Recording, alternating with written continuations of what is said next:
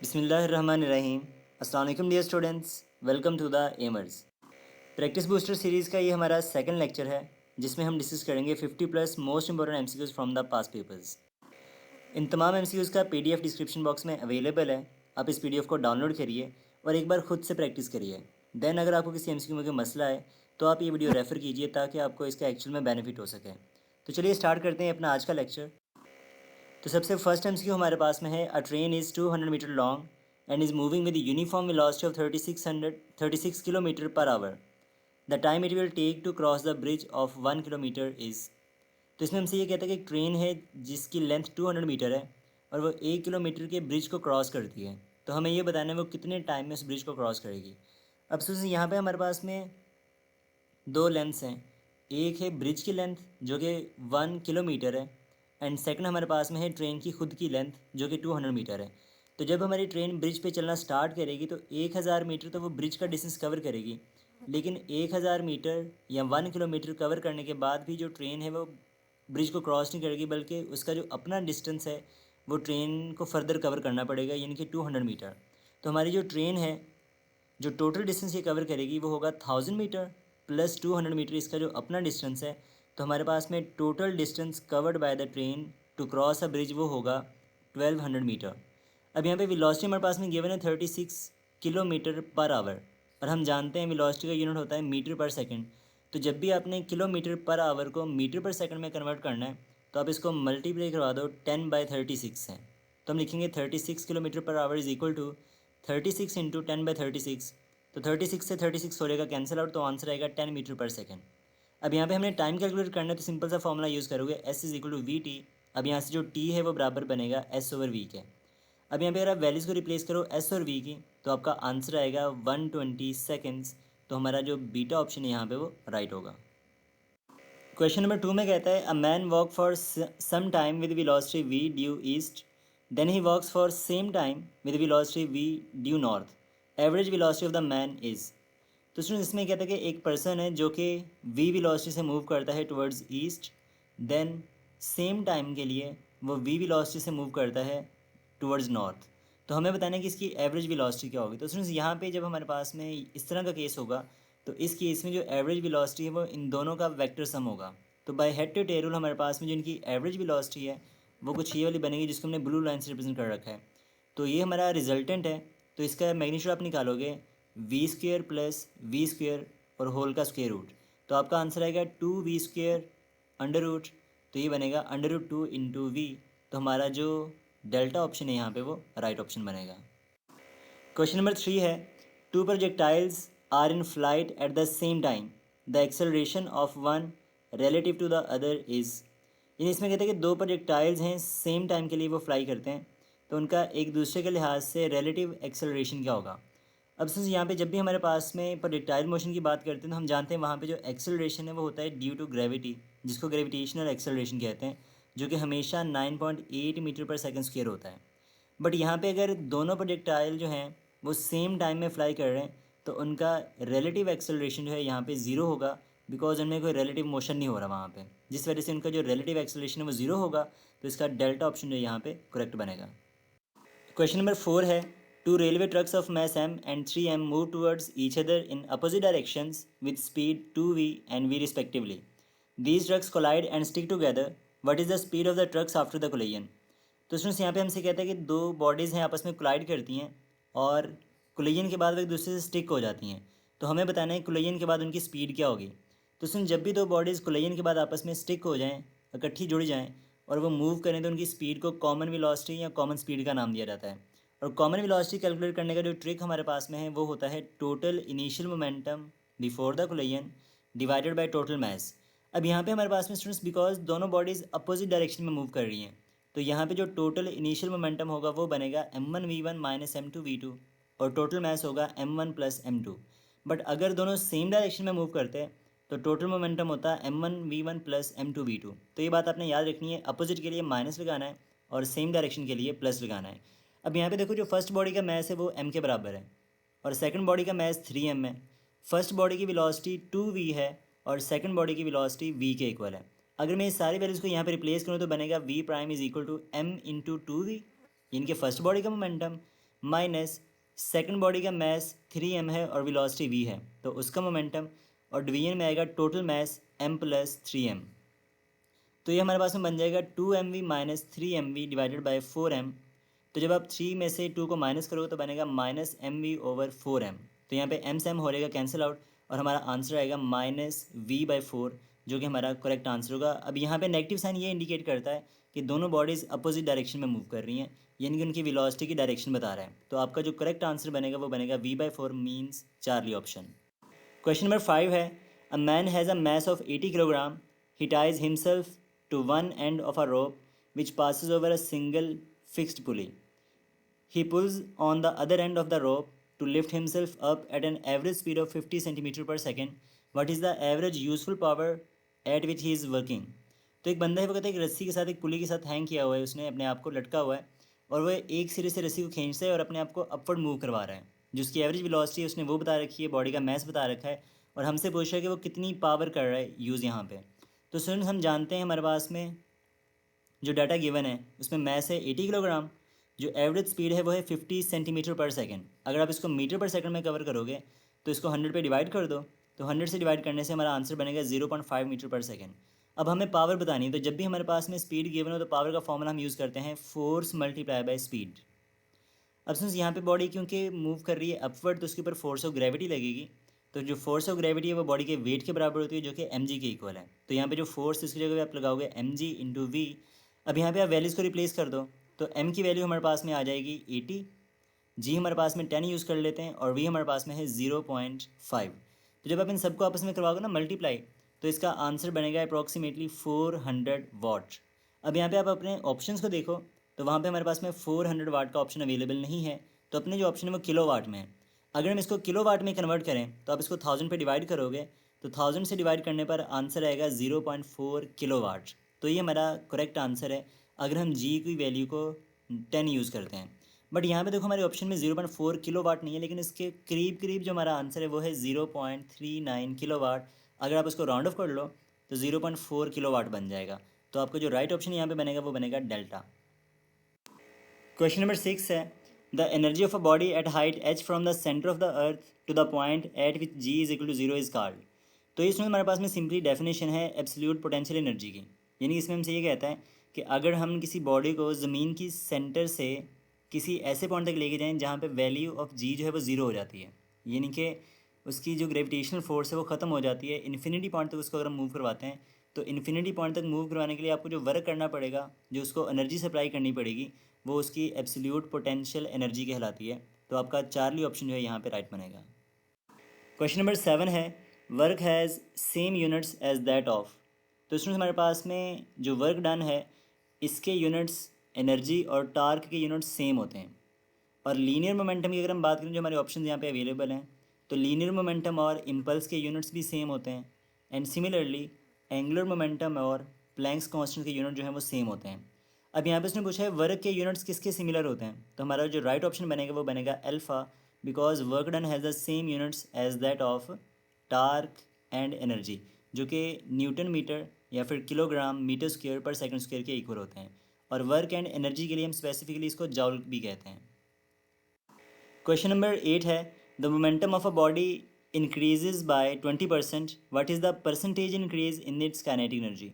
यानी कि अगर आप बॉडी के मोमेंटम को 20% इंक्रीज़ करो तो काइनेटिक एनर्जी में कितना इंक्रीज़ आएगा। तो स्टूडेंट्स यहाँ पे ना इसको सॉल्व करने का एक बड़ा ज़बरदस्त किस्म का ट्रिक है जो हम यहाँ पर अप्लाई कर सकते हैं, और वो ये होता है कि अगर आपने परसेंटेज चेंज ऑफ एनर्जी निकालना है तो ये बराबर होता है 2 times percentage change in momentum plus minus N square.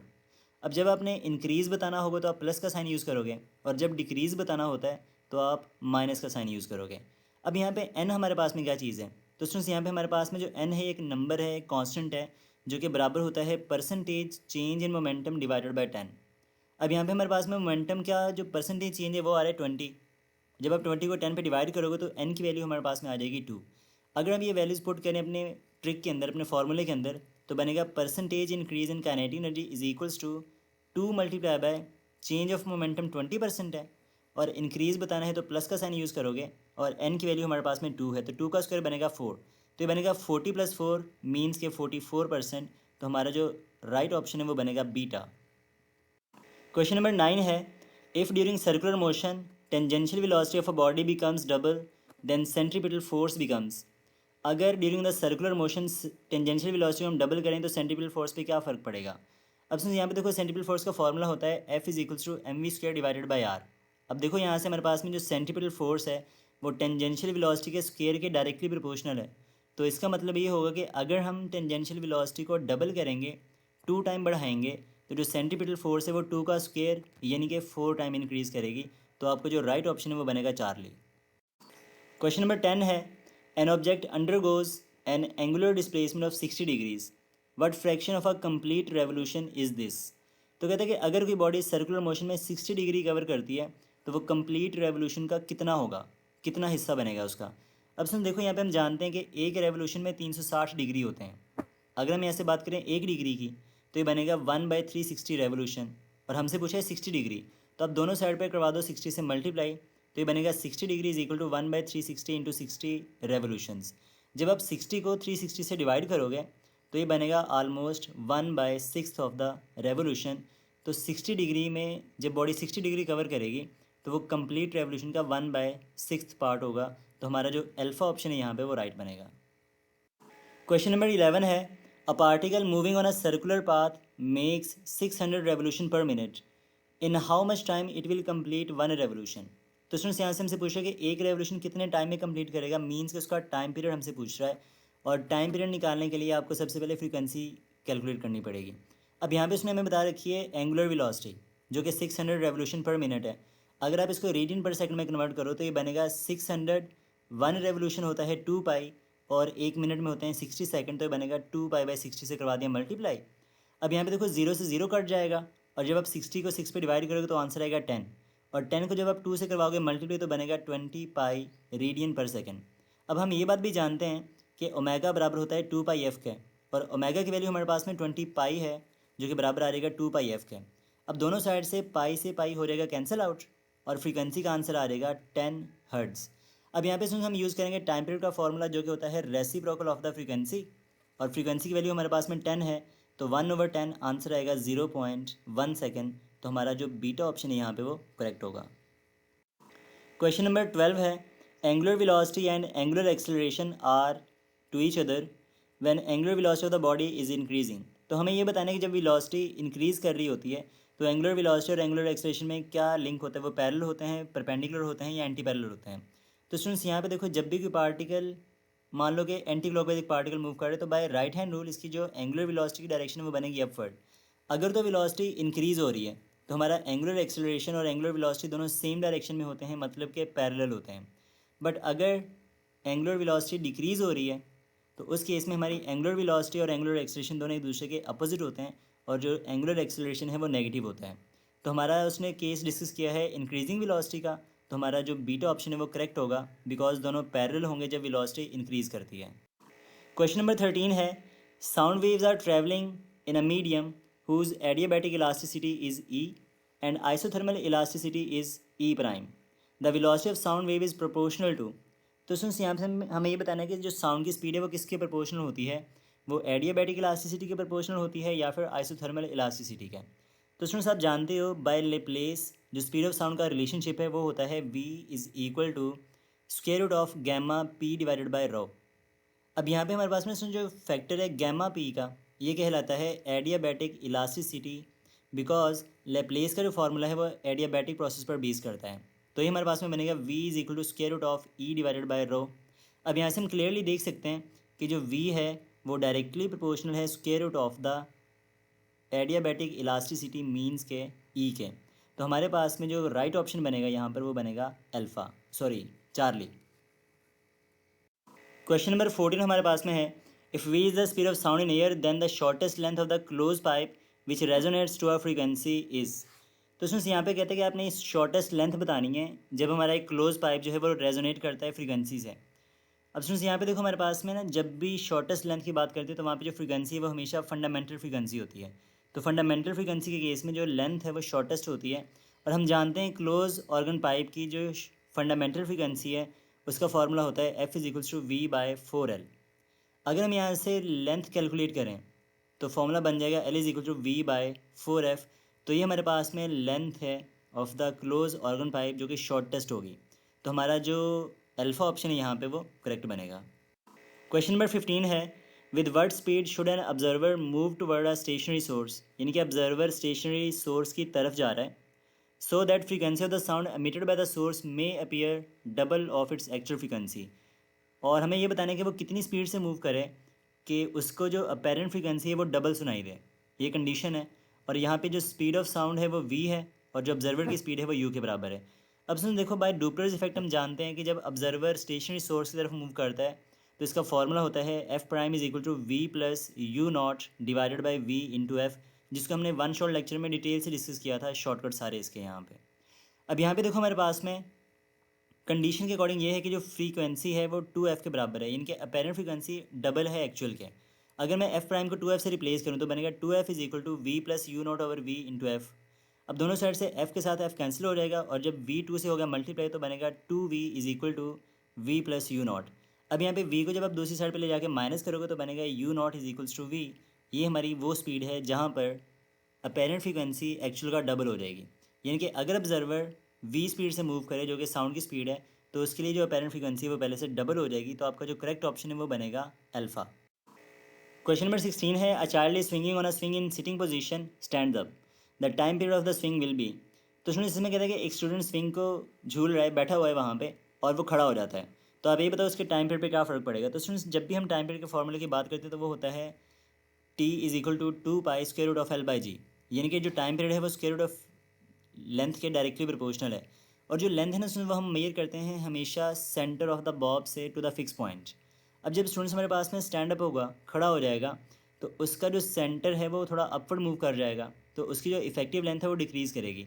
अगर इफेक्टिव लेंथ डिक्रीज़ करेगी तो जो टाइम पीरियड है वो भी पहले से कम हो जाएगा, डिक्रीज़ कर जाएगा। तो आपका बीटा ऑप्शन है यहाँ पे वो करेक्ट होगा। क्वेश्चन नंबर 17 है, a gas sample contains 3 molecules each having speed 1 metre per second, 2 metre per second and 3 metre per second. What is the mean square speed. तो हमें ये बताना है कि इनकी मीन स्क्वायर स्पीड क्या होगी। तो स्टूडेंट्स यहाँ पे देखो, मीन स्क्वायर का मतलब ये है कि सबसे पहले आप उनका स्क्वायर करोगे फिर उनका मीन निकालोगे, मतलब उनकी एवरेज निकालोगे। तो हमारे पास में जो मीन स्क्वायर स्पीड है इसका फॉर्मूला होता है V one square plus V two square plus V three square. अगर 3 गैसेज हैं तो डिवाइड बाई 3 कर दोगे। अब यहाँ पे इनकी वेलोसिटीज़ की वैल्यू पुट करो तो v1 हमारे पास में बनेगा 1 का स्क्वायर, फिर 2 का स्क्वायर प्लस 3 का स्क्वायर और डिवाइड बाई 3।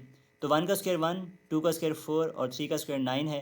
तो जब आप इन सबको एडअप करोगे तो आंसर आएगा 14/3 metre square per second square. तो ये हमारे पास में है mean square speed of the gases. तो आपका अल्फा ऑप्शन है यहाँ पे वो करेक्ट होगा। क्वेश्चन नंबर 18 है, when the state of a gas change without change in temperature the undergo process is. तो अगर किसी गैस का टेम्परेचर चेंज हुए बगैर उसकी स्टेट चेंज हो रही है तो वो कौन सा प्रोसेस होता है। तो स्टूडेंट देखो, यहाँ पे जो चेंज ऑफ टेम्परेचर है वो जीरो है, इसका मतलब टेम्परेचर कांस्टेंट है। तो एक ऐसा प्रोसेस जिसमें टेम्परेचर कांस्टेंट रहे उसको आइसोथर्मल प्रोसेस कहते हैं। तो ये एक ऐसा प्रोसेस है जिसमें टेम्परेचर का चेंज नहीं होता लेकिन गैस जो है वो एक्सपैंड या कंप्रेस होती है और एक स्लो प्रोसेस होता है। क्वेश्चन नंबर 19 है, a system undergoes an adiabatic process in which its internal energy increases by 20 joule, which of the following statement is true. तो स्टूडेंट्स हम जानते हैं एडियाबैटिक प्रोसेस में ना तो हम सिस्टम को हीट देते हैं और ना ही वहाँ से हम हीट निकालते हैं। लेकिन अगर सिस्टम की इंटरनल एनर्जी इंक्रीज़ हो रही है तो इसका मतलब ये है कि work done on the system हो रहा है। तो ये हमारे पास में बीटा ऑप्शन यहाँ पे बन सकता है। अगर आप इसको डिटेल से सॉल्व करना चाहो तो हम यहाँ पे यूज़ करते हैं फर्स्ट ऑफ थर्मोडायनामिक्स, जिसके अकॉर्डिंग हम जानते हैं Q is equal to delta U plus W होता है। अगर एडियाबैटिक प्रोसेस है तो Q जीरो होगा, तो ये बनेगा zero is equal to delta U plus W. अगर आप डब्ल्यू को शिफ्ट करो दूसरी साइड पर तो ये बनेगा delta U is equal to minus W. अब यहाँ पे देखो, चेंज ऑफ इंटरनल एनर्जी अगर पॉजिटिव है इसका मतलब कि वो इंक्रीज़ हो रही है, और वर्क डन नेगेटिव है तो वर्क डन नेगेटिव उस वक्त होता है जब work done on the system होता है, और ये पॉजिटिव होता है जब work done by the system होता है। तो जब हमारी गैस एक्सपैंड करती है इंटरनल एनर्जी खर्च होती है, और जब वो कंप्रेस होती है तो इंटरनल एनर्जी उसकी इंक्रीज़ करती है। तो अगर यहाँ पे 20 जॉल का इंक्रीज़ आ रहा है तो इसका मतलब ये है कि 20 जॉल वर्क हो रहा है ऑन द सिस्टम। तो आपका जो बीटा ऑप्शन है वो करेक्ट होगा। क्वेश्चन नंबर 20 है, how much C P is greater than C V. तो उसमें आप जानते हो कि C P minus C V ये आर के बराबर होता है। इसका मतलब ये है कि जो सी पी है वो सी वी से ग्रेटर है, और कितना ग्रेटर है, बाय फैक्टर 1 आर, और आर की वैल्यू हमारे पास में होती है 3.14 जाउल पर मोल पर केल्विन। तो आपका जो डेल्टा ऑप्शन है वो करेक्ट होगा। क्वेश्चन नंबर 21 है, a particle carrying a charge of 5 electron falls through a potential difference of 25 volt, what would be the energy required by the particle in joule. तो हमें energy बतानी है joule के अंदर। तो स्टूडेंट्स सिंपली अब देखो, जब भी एनर्जी इक्वालिटी की बात करो तो चेंज ऑफ एनर्जी जो है ये बराबर होता है क्यू डेल्टा वी के। अब चार्ज हमारे पास में है 5 इलेक्ट्रॉन्स का, पोटेंशियल डिफरेंस है 25 वोल्ट का, तो 25 इंटू 5 ये बनेगा 125 इलेक्ट्रॉन वोल्ट। तो ये हमें बतानी है जाउल के अंदर एनर्जी। अब आप जानते हो कि एक इलेक्ट्रॉन वोल्ट ये बराबर होता है 1.6 इंटू 10⁻⁻19 जाउल के। अगर आप 1 इलेक्ट्रॉन की वैल्यू वहाँ पे रिप्लेस करो तो हमारा आंसर आएगा 125 इंटू 1.6 इंटू 10⁻⁻19 जाउल, यानी कि हमारा जो अल्फ़ा ऑप्शन है वो करेक्ट होगा। क्वेश्चन नंबर 22 है, what will be the effect on the capacitance of a capacitor if area of each plate is double with separation between the plates is half. तो इसमें कहते हैं कि अपने एरिया को डबल कर दिया, डिस्टेंस को हाफ कर दिया, तो कैपेसिटेंस पे क्या फ़र्क पड़ेगा। तो आप जानते हो कि कैपेसिटेंस ऑफ द कैपेसिटर का फॉर्मूला होता है C is equals to A epsilon nought divided by D. अब आप देखो यहाँ पे कैपेसिटेंस का एरिया के साथ में डायरेक्ट लिंक है और डिस्टेंस के साथ में इन्वर्स है। अगर आप एरिया को डबल करोगे तो कैपेसिटेंस डबल हो जाएगी, बट अगर आप डिस्टेंस को हाफ करोगे तब भी कैपेसिटेंस जो है वो डबल हो जाएगी। तो हमारे पास में एरिया को डबल करने से कैपेसिटेंस डबल हो रही है, डिस्टेंस को हाफ करने से भी कैपेसिटेंस डबल हो रही है, तो जो रिजल्टेंट कैपेसिटेंस है वो 4 टाइम पहले से इंक्रीज़ कर जाएगी। तो आपका बीटा ऑप्शन जो है वो यहाँ पे करेक्ट होगा। क्वेश्चन नंबर 23 है, two similar point charges each of 1 coulomb placed 1 metre apart repel each other with a force of.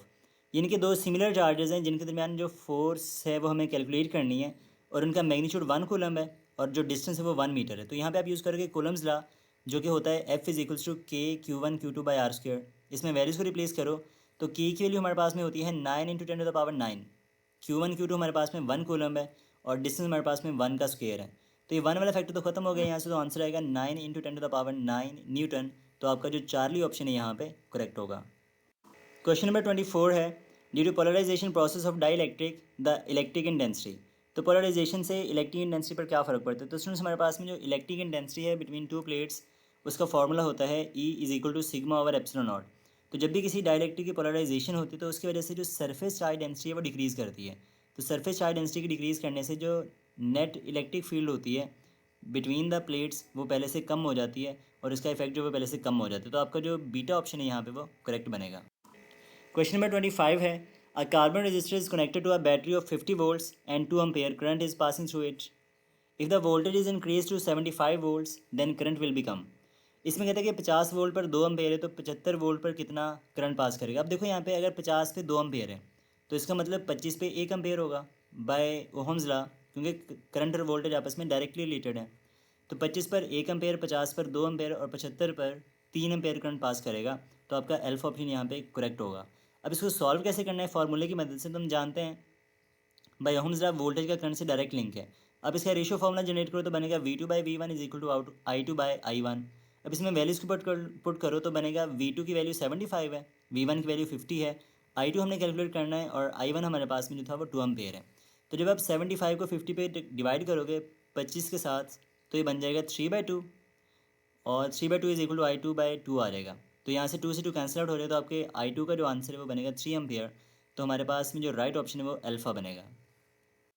Question number 26 है, a low voltage supply with an EMF of 20 volt and an internal resistance of the 1.5 ohm is used to supply power to a heater of resistance 6.5 ohm in a fish tank। यानी कि एक fish tank है, वहाँ पे जो external resistance हमारे पास में है वो है 6.5 ओहम और जो इंटरनल रेजिस्टेंस है बैटरी की वो है 1.5 ओहम और बैटरी की EMF हमारे पास में है 20 वोल्ट। तो हमें ये बताना है कि कितनी पावर वहाँ पे सप्लाई करेगा। अब देखो स्टूडेंट्स, यहाँ पे हमारे पास में एक सिंगल रजिस्टर है तो हमारे पास में करंट के फ्लो के लिए एक सिंगल रास्ता होगा। तो ये हमारे पास में सीरीज़ कॉम्बिनेशन है और सीरीज़ कॉम्बिनेशन में आप जानते हो पावर का फॉर्मूला होता है P is equal to I² into R. अब यहाँ पे हमारे पास में करंट गिवन नहीं है तो सबसे पहले आप यहाँ पे निकालोगे करंट जो हमारे सर्किट से फ्लो करेगा और इसका फॉर्मूला होता है total current is equal to total voltage divided by total resistance. तो टोटल EMF हमारे पास में यहाँ पे 20 वोल्ट है और टोटल रेजिस्टेंस होगी small r plus capital R, यानी कि इंटरनल प्लस एक्सटर्नल। तो हमारे पास में EMF 20 है, इंटरनल 1.5 है और एक्सटर्नल रेजिस्टेंस हमारे पास में 6.5 है। तो 1.5 प्लस 6.5 ये बनेगा 8 और जब आप 20 को 8 पे डिवाइड करोगे तो करंट का आंसर आएगा 2.5 एम्पियर। अब यहाँ पे आप यूज़ करोगे पावर का फॉर्मूला जो कि होता है P is equal to I² into r. I की वैल्यू हमारे पास में 2.5 पुट करोगे और आर की वैल्यू पुट करोगे 6.5। अब देखो अगर हमारे पास में 25 होता तो 25 का स्क्वायर होता है 625, बट अगर ये 2.5 है तो इसका आंसर आएगा 6.25।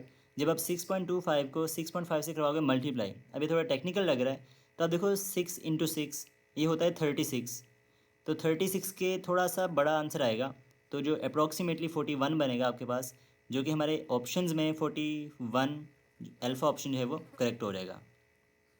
क्वेश्चन नंबर 27 है, a certain X-ray tube requires a current of 5 milliampere at a voltage of 60 kilo volt, the rate of energy dissipation in watts is. तो हमें ये बताना है कि एनर्जी डिसिपेशन का रेट क्या होगा। तो इनकी पावर आपको सिंपली बतानी है। करंट आपको पता है, वोल्टेज पता है, तो आप पावर का फॉर्मूला यूज़ करोगे P is equal to I V. Current की वैल्यू हमारे पास में 5 मिलियन पेयर है, जिसको हम लिख सकते हैं 5 into 10 to the power -3। Voltage हमारे पास में 60 किलो वोल्ट है, जिसको हम लिखेंगे 60 इंटू 10 टू द पावर +3। अब देखो 10 टू द पावर +3 से -3 कैंसिल आउट हो रहेगा, तो बनेगा 60 इंटू 5, और 60 इंटू 5 होता है 300 वाट के बराबर। तो आपका जो करेक्ट आंसर है वो बनेगा बीटा। क्वेश्चन नंबर 28 है, the terminal potential difference of a cell when short circuited is E is the EMF of the cell. वो कहता है कि अगर हमारे पास में टर्मिनल पोटेंशियल डिफरेंस क्या होगा जब शॉर्ट सर्किट होता है।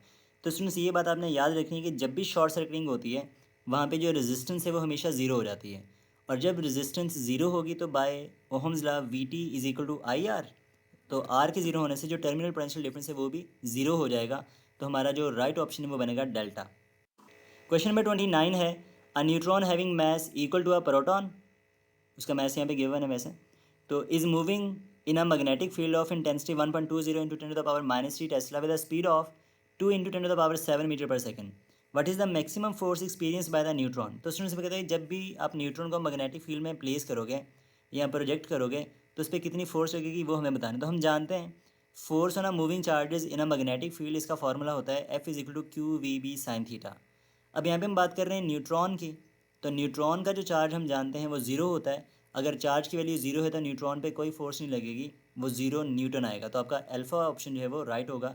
तो न्यूट्रॉन चार्जलेस पार्टिकल है, इस पर कोई फोर्स नहीं लगेगी। इसी तरह से जब भी आप किसी चार्ज पार्टिकल को, जैसे इलेक्ट्रॉन है, प्रोटॉन है, अल्फ़ा है, या कोई भी पार्टिकल है चार्ज पार्टिकल, जब आप उसको मैग्नेटिक फील्ड के पैरेलल या एंटी पैरेलल थ्रो करोगे तब भी उनके ऊपर कोई फोर्स नहीं लगेगी। तो ये बातें भी इसके साथ आपने याद रखनी है। क्वेश्चन नंबर 30 है, when currents are through two long wires in the same direction, magnetic field between them is. तो कहते हैं जब दो वायर्स में जो करंट है वो सेम डायरेक्शन में फ्लो करता है तो उनके दरमियान मैग्नेटिक फील्ड कैसी बनती है।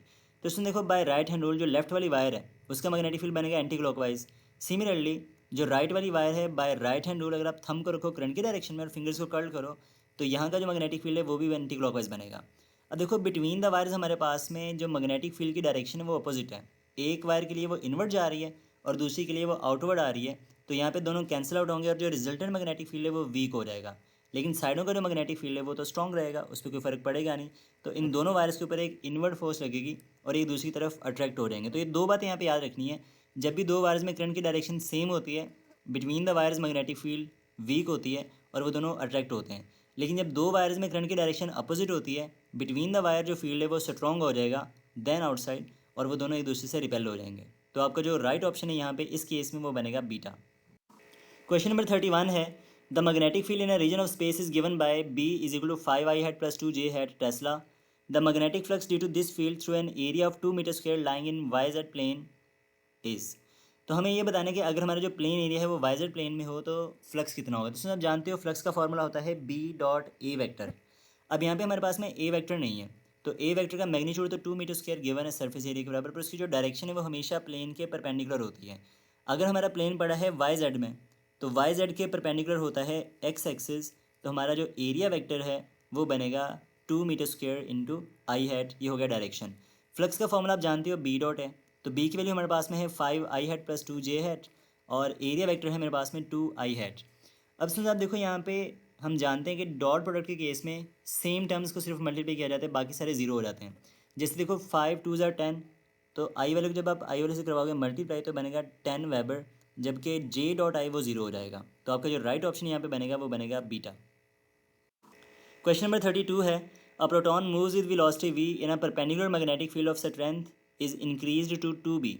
If the proton still move in the same circular path its kinetic energy will be. वो कहता है कि अगर हम मैग्नेटिक फील्ड की स्ट्रेंथ को डबल कर दें, बढ़ा दें, और जो प्रोटॉन है वो सेम सर्कुलर पाथ में मूव कर रहे हैं, तो उसकी काइनेटिक एनर्जी क्या हो जाएगी।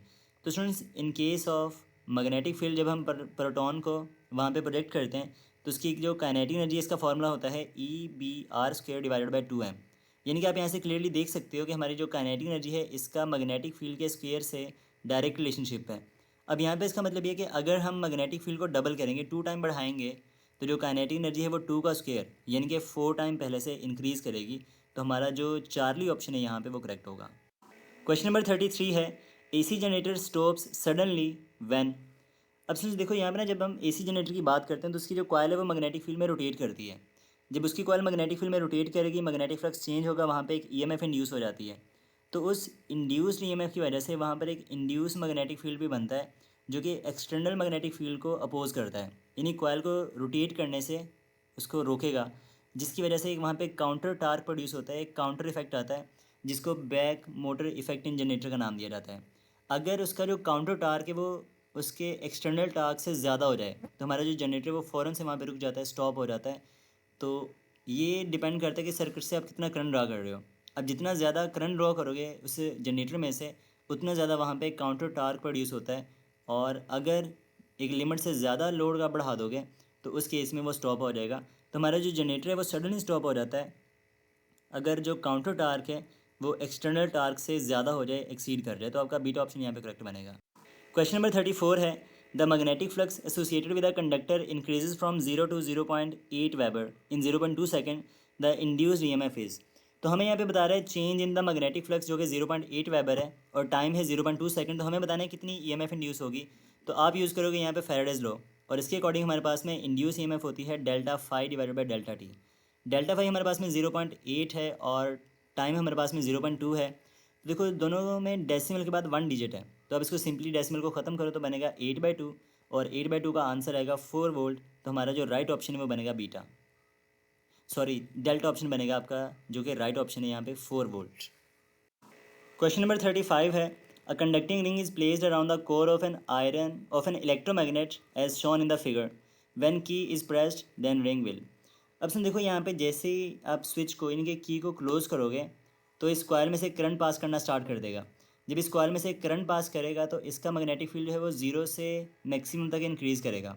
तो इस रिंग में मैग्नेटिक फ्लक्स के चेंज होने से एक ईएमएफ बनेगी और इसमें करंट फ्लो करेगा। तो बाय लेंजेस लॉ वो जो करंट है वो इस चेंज को अपोज करेगा और उसको डिक्रीज़ करवाने की कोशिश करेगा। तो फ्लक्स को डिक्रीज़ करवाने के लिए जो रिंग है वो यहाँ से जंप करके बाहर निकल जाएगा, तो वो out of the core jump करेगा। तो आपका जो सी ऑप्शन है यहाँ पे करेक्ट होगा। क्वेश्चन नंबर 36 है, if the speed of rotation of AC generator is made 4 time of its initial value, the percentage increase in the induced EMF is. तो सुन देखो जनरेटर के केस में हमारे पास में जो इंड्यूस ईएमएफ है इसका फॉर्मूला होता है नवाब, मीन्स के एन ओमेगा ए बी। अब हम यहाँ से देख सकते हैं कि जो इंड्यूस ईएमएफ है इसका ओमेगा से डायरेक्ट लिंक है। अगर हम ओमेगा को 4 टाइम इंक्रीज़ करेंगे तो हमारी जो फाइनल इंड्यूस ईएमएफ है वो भी 4 एप्सिलॉन के बराबर हो जाएगी, यानी 4 टाइम इंक्रीज़ कर जाएगी। अब यहाँ पे अगर हमारे पास में जो इनिशियल है वो एप्सिलॉन थी और जो फाइनल है वो 4 एप्सिलॉन है, तो इसमें जो चेंज आया है वो होगा फाइनल माइनस इनिशियल, यानी कि 4 - 1, तो आंसर आएगा 3 एप्सिलॉन। तो अगर हमारे पास में 3 टाइम ईएमएफ का चेंज आ रहा है तो जो परसेंटेज चेंज है वो 100 से मल्टीप्लाई करवाने से आएगा, तो वो बनेगा 300%। तो ये हमारा जो राइट ऑप्शन है यहाँ पे वो बनेगा चार्ली। क्वेश्चन नंबर 37 है, the direction of current through the load resistance of a full wave rectification circuit is. तो हमें ये बताना है कि फुल वेव रेक्टिफायर सर्किट में जो डायरेक्शन ऑफ करंट है अलॉन्ग द लोड वो किस तरफ होती है। अब सुन देखो यहाँ पे हमारे पास में अगर हम बात करें फर्स्ट हाफ साइकिल की, तो हमारा जो लोड रजिस्टर है उसमें देखो तो करंट की डायरेक्शन डाउनवर्ड है। सिमिलरली अगर हम बात करें सेकंड हाफ साइकिल की, तो उस टाइम भी लोड रेजिस्टेंस के दरमियान जो करंट की डायरेक्शन है वो डाउनवर्ड ही होगी, यानी कि दोनों हाफ्स में लोड के अंदर जो करंट की डायरेक्शन है वो चेंज नहीं होती, सेम डायरेक्शन रहती है। इसीलिए इनकी जो आउटपुट है वो डीसी होती है। तो अगर हमें रेक्टिफायर से आउटपुट डीसी मिलेगा तो हम जानते हैं डीसी की डायरेक्शन तो चेंज होती नहीं है, तो वो सेम डायरेक्शन में फ्लो करेगा, जिसकी वजह से लोड के क्रॉस जो डायरेक्शन ऑफ करंट है वो सेम रहेगी। तो हमारे पास में जो राइट ऑप्शन इसका बनेगा वो बनेगा जनाब डेल्टा, यानी कि रिमेन्स कांस्टेंट, सेम रहती है। क्वेश्चन नंबर 38 है, AC voltage is fade into a single diode rectifier, the output of the rectifier is. तो सुन देखो यहाँ पे तो एक सिंगल डायोड रेक्टिफायर है, तो हम जानते हैं कि डायोड की जो आउटपुट होती है वो हमेशा डीसी होती है, और सिंगल डायोड है तो ये बनेगा हाफ वेव रेक्टिफायर सर्किट। तो यहाँ से हमें जो आउटपुट मिलेगी वो हाफ वेव डीसी वोल्टेज होगा, तो आपका अल्फा ऑप्शन जो यहाँ पे करेक्ट बनेगा। क्वेश्चन नंबर 39 है, the resistance of full wave rectifier is. तो स्टूडेंट्स इसमें कहता है कि फुल वेव रेक्टिफायर सर्किट की जो रेजिस्टेंस है वो कैसी होती है। वो हाफ वेव से कम होती है, ज़्यादा होती है या बराबर होती है। तो उसमें इसमें एक बात याद रखनी कि अगर हम बात करें रेजिस्टेंस ऑफ द रेक्टिफायर की, तो ये हमेशा डिपेंड करता है एक्सटर्नल लोड रजिस्टर के ऊपर। जो डायोड्स की इंटरनल रेजिस्टेंस है उसके ऊपर हमारी जो रेजिस्टेंस है वो डिपेंड नहीं करती। तो जो रेक्टिफायर का अगर लोड रेजिस्टेंस सेम है तो हाफ वेव और फुल वेव की जो रेजिस्टेंस है वो हमेशा सेम होती है, बराबर होती है। तो हाफ वेव के केस में भी हम आर रेजिस्टेंस इस्तेमाल करते हैं एक्सटर्नल, जिसको लोड रेजिस्टेंस कहते हैं, और फुल वेव में भी हम लोड रेजिस्टेंस ही इस्तेमाल करते हैं। तो यहाँ पे हमारे पास में दोनों की अगर लोड रेजिस्टेंस सेम है तो इनकी जो रेक्टिफायर की रेजिस्टेंस होगी वो भी हमेशा सेम होगी। तो इसका जो चार्ली ऑप्शन है वो बेस्ट होगा। क्वेश्चन नंबर 40 है, maximum efficiency of the full wave rectifier is. तो स्टूडेंट्स हमारे पास में जो हाफ वेव रेक्टिफायर है उसकी एफिशिएंसी होती है 40.2%, जबकि फुल वेव रेक्टिफायर की जो एफिशिएंसी है वो इसके डबल होती है जो कि 81.2% होती है। तो आपका जो डेल्टा ऑप्शन है यहाँ पे वो करेक्ट होगा, बिकॉज उसने हमसे फुल वेव रेक्टिफायर पूछा। क्वेश्चन नंबर 41 है, the maximum kinetic energy E of the photo electrons ejected by light of certain wavelength from a metal is measured as a function of the intensity I of the light. Which one of the following graph represent the way in which energy depends upon intensity? तो इसमें इसमें कहते हैं आप ये वाला graph बताओ जिसमें इंटेंसिटी एनर्जी के ऊपर डिपेंडेंस शो करती है। तो इसमें एक बात आपने याद रखनी है कि जो फोटो इलेक्ट्रिक करंट है वो इंटेंसिटी पर डिपेंड करता है। जैसे जैसे आप लाइट की इंटेंसिटी को बढ़ाओगे नंबर ऑफ फोटॉन्स बढ़ेंगे, नंबर ऑफ फोटॉन्स के बढ़ने से इमिटेड इलेक्ट्रॉन ज़्यादा हो जाएंगे जिसकी वजह से फोटो इलेक्ट्रिक करंट बढ़ेगा। बट इन केस अगर आप बात करते हो एनर्जी की, तो जो एनर्जी है वो डिपेंड करती है फ्रीक्वेंसी के ऊपर, तो वो इंटेंसिटी के ऊपर इंडिपेंडेंट होती है, जिसकी वजह से हमारा जो ग्राफ है वो अल्फ़ा बनेगा, बिकॉज एनर्जी इंटेंसिटी पर डिपेंड नहीं करती। क्वेश्चन नंबर 42 है, light photons each of energy 3.5 into 10⁻19 जॉल fall on a cathode of a photocell. The current through the cell is reduced to zero by taking the cathode to a potential plus 0.2 volt relative to the anode. The work function of the cathode is, तो हमें इसका work function बताना है। तो students यहाँ पे आप use करोगे आइंस्टाइन्स फोटो इलेक्ट्रिक इक्वेशन, जो कि होती है energy of the photon is equal to work function plus maximum kinetic energy. और मैक्सिमम काइनेटिक एनर्जी हमारे पास में बराबर होती है ई वी नॉट के। हमें कैलकुलेट करना है वर्क फंक्शन, तो फॉर्मूला बनेगा E minus E V not. अब यहाँ पे स्टूडेंट्स हमें एनर्जी बता रखी है फोटो लाइट फोटॉन्स की, वो है 3.5 इंटू 10⁻−19। इलेक्ट्रॉन का जो चार्ज है हमारे पास में वो होता है 1.6 इंटू 10⁻−19, और वी नॉट की वैल्यू हमारे पास में है 0.25। अब यहाँ पे आप देखो तो जब आप 0.25 को 1.6 से करवाओगे मल्टीप्लाई, तो इसका आंसर आएगा 0.4 इंटू 10⁻−19। अब यहाँ पे देखो 10⁻−19 दोनों में कॉमन है, तो जब आप 3.5 में से 0.4 को माइनस करोगे तो आंसर आएगा 3.1 इंटू 10⁻−19 जाउल। मीन्स के हमारा जो जो चार्ली ऑप्शन है यहाँ पे वो करेक्ट होगा। क्वेश्चन नंबर 43 है, if velocity becomes 5 time what happen to the de Broglie wavelength. अगर वेलोसिटी को हम 5 टाइम इंक्रीज करें तो डी ब्रॉगली वेवलेंथ पर क्या फ़र्क पड़ेगा। तो स्टूडेंट्स बाय डी ब्रॉगली हमारे पास में जो वेवलेंथ ऑफ द फोटोन है ये बराबर होती है h/mv। अब यहाँ से आप देखो तो वेवलेंथ का वेलोसिटी से इन्वर्स रिलेशनशिप है। इसका मतलब ये है कि अगर आप वेलोसिटी को 5 टाइम इंक्रीज़ कर रहे हो तो वेवलेंथ 5 टाइम डिक्रीज़ कर जाएगी। तो आपका जो राइट ऑप्शन है वो बनेगा अल्फ़ा। क्वेश्चन नंबर 44 है, the wavelength of photon A is half of the wavelength of photon B, the energy of photon A is. तो इसमें देखो कहता है कि अगर फोटोन ए की जो वेवलेंथ है वो बी का हाफ है तो ए की एनर्जी क्या होगी। तो इसमें देखो यहाँ पे हमारे पास में जो एनर्जी ऑफ द फोटोन इसका फॉर्मूला होता है E is equal to H F, जो कि फर्दर बराबर होता है एच सी ओवर लैम्डा। अब यहाँ से हम देख सकते हैं कि एनर्जी का वेवलेंथ से इन्वर्स रिलेशनशिप है। इसका मतलब ये है कि अगर ए की वेवलेंथ हाफ है तो ए की जो एनर्जी है वो डबल होगी। वेवलेंथ कम होने से एनर्जी बढ़ जाएगी, तो हमारे पास में फोटोन ए की जो एनर्जी है वो बी की एनर्जी से डबल होगी, यानी कि उसके ट्वाइस होगी। तो हमारा जो अल्फा ऑप्शन है यहाँ पे वो राइट बनेगा। क्वेश्चन नंबर 45 है, stopping potential for a metal surface in case of the photo electric emission depends upon. तो कहते हैं स्टॉपिंग पोटेंशियल किस पर डिपेंड करता है। तो स्टूडेंट्स यहाँ पे हमारे पास में ना फोटो इलेक्ट्रिक इफेक्ट में जो स्टॉपिंग पोटेंशियल है वो डिपेंड करता है फ्रीक्वेंसी के ऊपर, और ये फ्रीक्वेंसी के डायरेक्टली प्रोपोर्शनल होता है। एंड जो फोटो इलेक्ट्रिक करंट है ये डिपेंड करता है इंटेंसिटी के ऊपर। ये बात है इसमें याद रखनी है कि इंटेंसिटी को बढ़ाओगे तो फोटो इलेक्ट्रिक करंट बढ़ेगा बट स्टॉपिंग पोटेंशियल सेम रहेगा। लेकिन अगर आप फ्रीक्वेंसी को बढ़ाओगे इंटेंसिटी को कांस्टेंट रखते हुए तो स्टॉपिंग पोटेंशियल बढ़ेगा बट फोटो इलेक्ट्रिक करंट जो है वहाँ पर वो सेम रहेगा। तो आपका जो करेक्ट ऑप्शन है वो यहाँ से इस केस में बन जाएगा चार्ली। वैसे स्टॉपिंग पोटेंशियल फ्रीक्वेंसी और वर्क फंक्शन दोनों पर डिपेंड करता है, एंड जो मैक्सिमम काइनेटिक एनर्जी है फोटो इलेक्ट्रॉन्स की वो भी फ्रीक्वेंसी पर डिपेंड करती है। तो इस केस में हमारा जो राइट ऑप्शन है वो चार्ली होगा कि frequency of the incident light and the work function for the metal surface, कि जो इस मेटल पे आप फोटॉन्स को स्ट्राइक करवा रहे हो उनका नेचर किस टाइप का है और कितनी एनर्जी वहाँ से चाहिए इलेक्ट्रॉन्स को निकालने के लिए। तो इस लिहाज से क्वेश्चन नंबर 46 है, for atomic hydrogen spectrum which of the following series lies in the visible region of the electromagnetic spectrum. तो इसमें देखिए कौन सी सीरीज़ है जो कि विजिबल रीजन में लाई करती है। तो इसमें हमारे पास में 5 सीरीज़ हम जानते हैं। सबसे पहले होती है लाइमन सीरीज़ जो कि अल्ट्रावायलेट रीजन में लाई करती है। सेकंड है बाल्मर सीरीज़ जो कि विजिबल रीजन में होती है। और बाकी जो 3 सीरीज़ हैं पास्टन, ब्रैकेट एंड पीफन सीरीज़, ये तमाम हमारे पास में इंफ्रारेड रीजन में लाई करती हैं। तो उसने विजिबल पूछा है तो हमारा जो राइट ऑप्शन है वो बनेगा बाल्मर सीरीज़। क्वेश्चन नंबर 47 है, which X ray photon will have longest wavelength. तो स्टूडेंट्स अब देखो यहाँ पे हमारे पास में लॉन्गेस्ट वेवलेंथ में पहले देखो तो एम अल्फा के बीटा के गामा रेज क्या होती हैं। अब देखो यहाँ पे हमारे पास में डिफरेंट शेल्स होते हैं न्यूक्लियस के अराउंड। अगर कोई इलेक्ट्रॉन एल शेल से जम करके आता है के अंदर, KLMN होता है ना इस टाइप से, तो अगर कोई इलेक्ट्रॉन एल से जम करके के में आता है तो के अल्फ़ा, और अगर वो एम से जम करके के में आएगा तो के बीटा, और अगर वो एन से जम करके के में आएगा तो के गैमा होता है। इसी तरह से जब कोई हम बात करते हैं एम अल्फ़ा की, तो अगर कोई इलेक्ट्रॉन जो है वो एन शेल से जम करके एम शेल में आता है तो वो एम अल्फ़ा रेज को एमिट करेगा। तो ये पहली बात आपने यहाँ पे नोट करनी है। अब दूसरी चीज़ देखो, जैसे जैसे ना हम न्यूक्लियस से दूर जाते जाते हैं तो जो एनर्जी डिफरेंस है 2 लेवल्स का वो कम होता जाता है, और जितना एनर्जी डिफरेंस कम होगा वेवलेंथ उतनी लॉन्गेस्ट होगी हमारे पास में। तो एम अल्फ़ा के लिए जब हमारा इलेक्ट्रॉन जो है वो एन शेल से एम शेल में जंप करेगा तो एनर्जी डिफरेंस दोनों लेवल्स का बहुत ही कम होगा, जिसकी वजह से जो वेवलेंथ है वो बहुत लॉन्गेस्ट होगी। तो आपको जो राइट ऑप्शन है यहाँ पर वो बनेगा एम अल्फ़ा। बिकॉज आप जानते हो कि जो चेंज ऑफ एनर्जी इसका फॉर्मूला हमने पहले भी डिस्कस किया है, HF होता है जो कि बराबर होता है HC बाय लैम्डा के। तो यहाँ पे लैम्डा के साथ इसका इन्वर्स लिंक है, तो हमारे पास में जो लॉन्गेस्ट वेवलेंथ है वो बनेगी एम अल्फ़ा की। अगर आपसे पूछता है कि शॉर्टेस्ट वेवलेंथ किसकी होगी, तो वो हमारे पास में होती के अल्फ़ा की। बिकॉज हमारे पास में जब कोई इलेक्ट्रॉन एल शेल से जम करके के शेल में आएगा तो वो के अल्फ़ा डिनोट करेगा, और वहाँ पे जो एनर्जी डिफरेंस है वो बहुत ज़्यादा होता है, जिसकी वजह से जो वेवलेंथ है वो कम हो जाएगी। क्वेश्चन नंबर 48 है, the longest wavelength observed in Balmer series is. तो हमें ये बताना है कि बाल्मर सीरीज़ की लॉन्गेस्ट वेवलेंथ क्या होती है। तो स्टूडेंट्स इसको सॉल्व करने के लिए भी हमारे पास में एक शॉर्टकट होता है जिसको हम यूज़ करते हैं और इसको सॉल्व कर सकते हैं बड़ी आसानी के साथ में।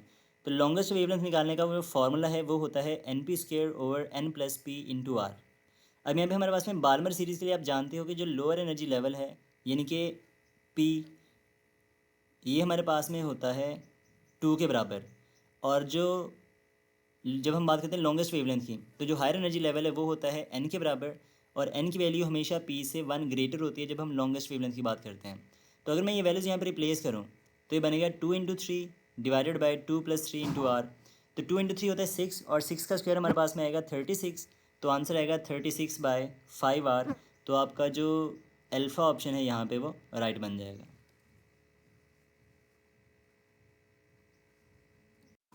क्वेश्चन नंबर 49 हमारे पास में है, hydrogen is not capable of emitting X rays because.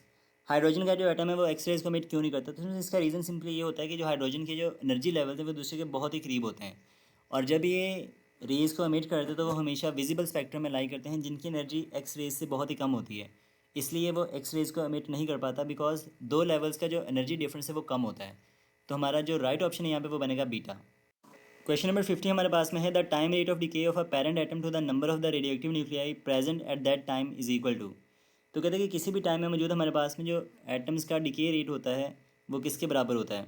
तो इसमें हमारे पास में ये बेसिकली डेफिनेशन है डिके कांस्टेंट की, जिसका फॉर्मूला होता है lambda is equal to minus delta n/n over delta T. तो ये हमारे पास में जो राइट ऑप्शन है यहाँ पर वो बनेगा चार्ली, और नेगेटिव साइन यहाँ पे ये इंडिकेट करते हैं कि टाइम के साथ साथ जो डिके रेट है वो आहिस्ता आहिस्ता कम होता जाता है, डिक्रीज़ करता जाता है। क्वेश्चन नंबर 51 है, a radioactive atom X emits a beta particle, the resulting atom will have. अब देखो सुन, जब भी हम बात करते हैं बीटा डिके की, तो जब भी कोई पार्टिकल बीटा पार्टिकल को एमिट करेगा तो बीटा पार्टिकल एमिट करने से मैस नंबर पे कोई फ़र्क नहीं पड़ता। अगर मैस नंबर उसका सेम रहेगा तो एटॉमिक नंबर जो है वो 1 टाइम पहले से इंक्रीज़ हो जाता है। तो हमारा जो राइट ऑप्शन यहाँ पे है वो बनेगा बीटा ऑप्शन के the resulting atom has 1 atomic number that is 1 more than that of the x. तो जो रिजल्टिंग एटम है उसका जो एटॉमिक नंबर है वो पहले से 1 टाइम इंक्रीज़ हो जाता है। क्वेश्चन नंबर 52 है, the half life of a radioactive isotope is 140 days। In how many days does the decay rate of the sample of this isotope decreases to 1/4 of its initial decay rate. तो हमें ये बताना है कि अगर half life 140 days हो तो कितने टाइम में वो इनिशियल का 1/4 हो जाएगा। अब सुनिए यहाँ पे देखो हमारे पास में उसकी ओरिजिनल अमाउंट एन नॉट है, तो एक हाफ लाइफ के बाद में एन नॉट बाई 2 हो जाएगी और 2 हाफ लाइफ के बाद में एन नॉट बाई 4 हो जाएगी। तो 1/4 हाँ इनके तक पहुँचने के लिए इसको 2 हाफ लाइफ गुजारनी पड़ेंगी। तो हमारे पास में यहाँ पे जो नंबर ऑफ हाफ लाइफ है वो 2 के इक्वल है। अब हमें यहाँ पे बताना कि कितना टाइम लगेगा। तो टाइम को कैलकुलेट करने का फॉर्मूला हमारे पास में होता है number of half life into half life. तो यहाँ पे 2 हाफ लाइफ्स हैं और हाफ लाइफ उसकी 140 डेज़ है। तो जब आप 140 को 2 से करवाओगे मल्टीप्लाई तो आंसर आएगा 280 डेज़। तो हमारा जो राइट ऑप्शन है वो बनेगा चार्ली। क्वेश्चन नंबर 53 है a 75 kg person receives a whole body radiation dose of 24 milli RAD delivered by alpha particles. The absorbed energy in joules is. तो हमें ये बताना है कि कितनी एनर्जी वो एब्जॉर्ब करेगा। अब देखो यहाँ पे डाटा जो हमें गिवन है उसमें डोज उसने बता रखी, तो डोज हमारे पास में है 24 मिली RAD। अब यहाँ पे हम जानते हैं कि 1 RAD जो है वो बराबर होता है 0.01 ग्रे के। तो अगर मैं इसको 0.01 से करवाऊंगा मल्टीप्लाई तो आंसर आएगा 0.24 मिली ग्रे, बिकॉज इसका ऐसे यूनिट्स ग्रे होता है। अब यहाँ पे हमें एनर्जी कैलकुलेट करनी है और एनर्जी का फॉर्मूला होता है mass multiply by dose. Mass हमारे पास में है 75 किलोग्राम और डोज हमारे पास में है 0.24 मिली ग्रे। जब आप 75 को 0.24 से करवाओगे मल्टीप्लाई तो इसका आंसर आएगा 18 मिली जाउल। तो हमारा जो राइट ऑप्शन है वो बनेगा बीटा।